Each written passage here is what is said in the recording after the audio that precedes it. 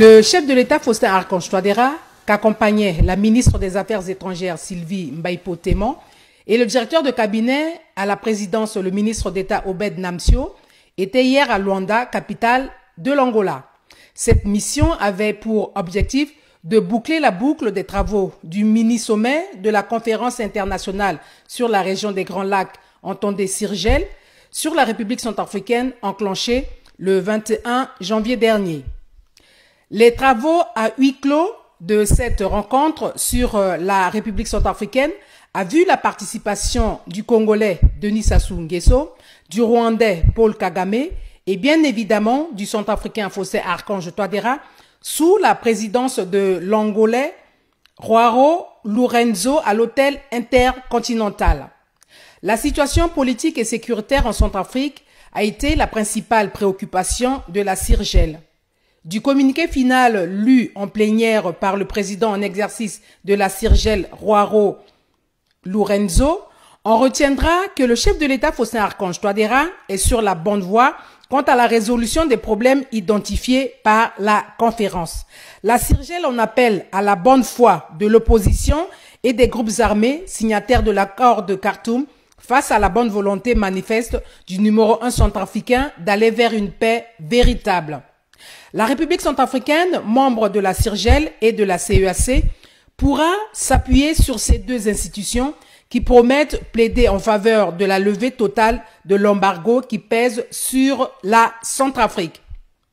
Suivez un extrait du communiqué final lu par le président Lourenço, traduit ici en français.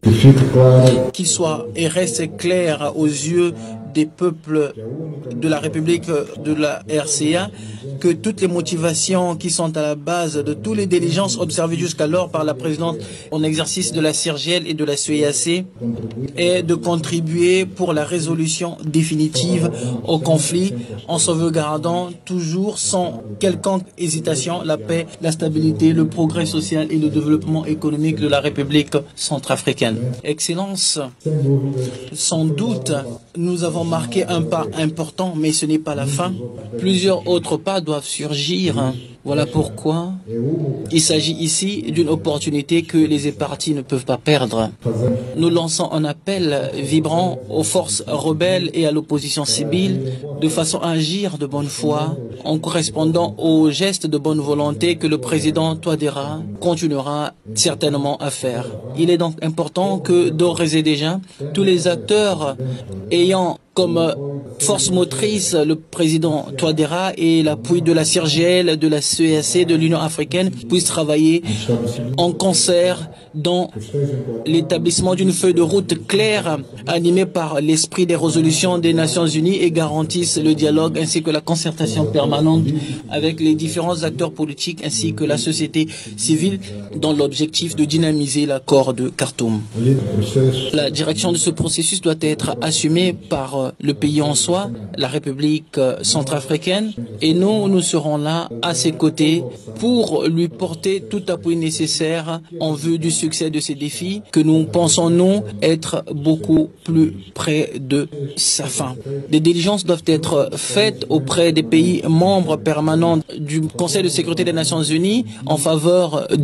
de la fin de l'embargo sur des armes qui pèsent encore sur la République centrafricaine. Excellence, que nos décisions produisent des effets pratiques qui puissent parvenir à l'amélioration de la situation actuelle en RCA, tout en souhaitant une nouvelle ère de paix et de prospérité pour tous les peuples de la sous-région. À noter qu'une minute de silence a été observée en la mémoire du président tchadien, maréchal Idriss Déby Itno, décédé le mardi 20 avril à l'entame de la plénière.